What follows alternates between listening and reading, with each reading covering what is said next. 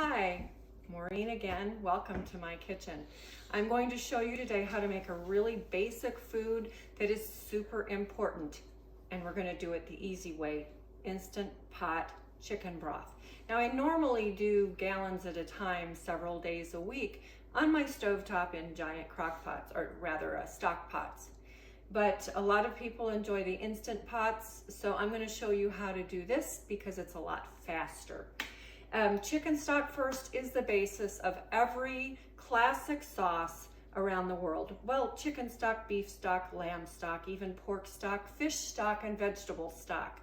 But the basic principles are all the same.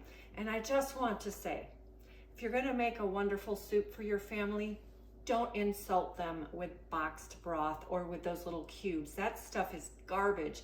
It has a lot of things in it that not only are not good for us, but also they can actually cause harm. Things like nitrates, like monosodium glutamate, and artificial colors and flavors. Who wants the artificial stuff? Let's go with the real stuff. Besides that, stock is super healing and soothing to the gut. If you have skin issues, if you have food allergies, if you have allergies in general, asthma, if you have cancer, if you have any number of other health ailments, you want to start with your basic healing protocol, which will always include stock. Chicken stock in particular is super good when you have a respiratory infection as well. And besides that, it just plain tastes good. So I'm, again, using my Instant Pot, and I'm just going to set the lid aside. I have bones from 2 chickens that I roasted the other day. I've collected every bone, and that includes the backbone and the neck bones, which are in here somewhere. It also includes the organs, at least the organs that I didn't already eat, because I love to eat especially chicken liver and chicken heart. But if you don't like those things, throw them in the stock anyway. It includes any skin that did not get eaten. All of it is good. And look, I already have a gel on my chicken. See that? That wiggly squiggly stuff?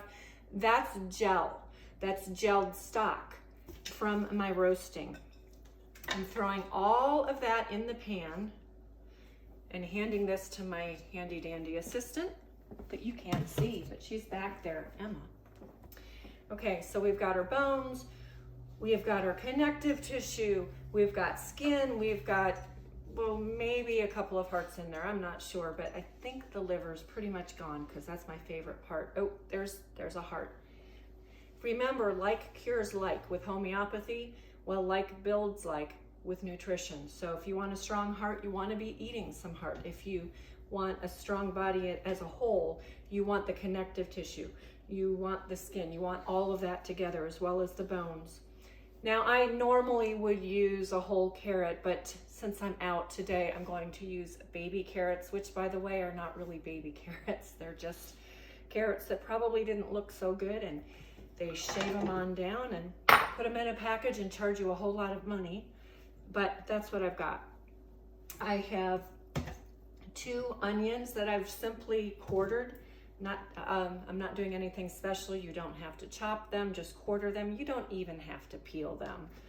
I've got 5 cloves of garlic. I always do at least 2 cloves per bird, and a couple stalks of celery with the leaves. That's very basic. But in addition to that, you're always going to want to use a bay leaf. A bay leaf, that's one of the things you should have in every kitchen. Either 2 small or 1 large bay leaf.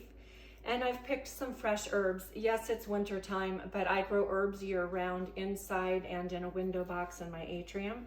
So I've got fresh basil. This is French tarragon, yum yum. And lots of good thyme, English thyme. There we go. Depending on what type of a soup you want or what type of a sauce you might want, you could change up the herbs, and they don't have to be fresh herbs. I just enjoy using fresh herbs, and I have them, so I use them. If you don't have fresh herbs, then just keep the dry on hand.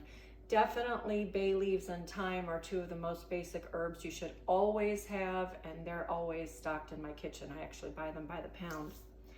Now, another thing we need is a generous portion of salt, and my Emma is going to grab me the apple cider vinegar that I forgot to bring over. So I'm doing about 2 tablespoons of salt, about 1 tablespoon per chicken. And then I'm also going to add a generous dash, more like about a half a cup of apple cider vinegar. You could use wine vinegar. You could use fresh lemon juice and actually throw the lemon, the juiced lemon in here, and that's wonderful as well. You can also use wine, but I typically just use apple cider vinegar. It's about 1/4 cup per bird. So there we have it. Everything is in the pot except for the water. So you're going to want to fill this up to capacity with cold water. If you live in the city, please do not use treated city water. You shouldn't be drinking that stuff or cooking with it. So you want good filtered water or spring water. Our well water happens to be perfectly fine. We've had it tested. So that's what I use. So as soon as this fills up all the way, while it's filling, I'll just point out that my almost daughter-in-law, soon-to-be daughter-in-law, gave me a new apron for Christmas. She knows I love red. I love it. Thank you, Jess. Okay, here we go. Had to give credit to Jess for that. There we go. Now I'm putting the lid on. Of course, Peter had his hand in that as well. Now, my Instant Pot has, of course, the valve, like yours will as well. So you want to make sure the valve is closed, and I'm just going to set it to the broth setting. Once it comes up to pressure, it will take about 30 minutes, and then we'll have good broth. And we'll come back, I'll show you what it does and what you can do with it. Okay, so an hour has passed, and our broth should be done. I've released the pressure for the Instant Pot. Here we go, set that aside. And we have what looks like a beautiful pot of broth. Please forgive the very old, well-loved kitchen mitts. Here we go. All right, so hopefully you can see this. I'm gonna strain it directly into a stock pot because I'm going to make soup for dinner. Okay, so that's it. Now there still is some meat on the bones, which I'll pick off when it's cool. Oh, if I can see, because my glasses are now very foggy. Anyway, I'll pick the meat off and chop it up and make some kind of yummy soup. Or maybe I will just have a little broth right now. My favorite way to have broth is with just a dollop of heavy cream. So that's what I'm gonna do. But that was easy, see? An hour and I have a good batch of broth. Now sometimes I reuse the bones. A lot of people do that. That's just fine. The bones tend to become very tender. I don't really want to touch it. If I run this through a second time, the bones will just literally fall apart. And then I can either puree them in my Vitamix and add it to soup, or I can give it to the dog, whatever. But actually, they're still good, so no reason to toss them and waste them. That's it. Good, healing, flavorful bone broth. Okay, have a great day and a good dinner.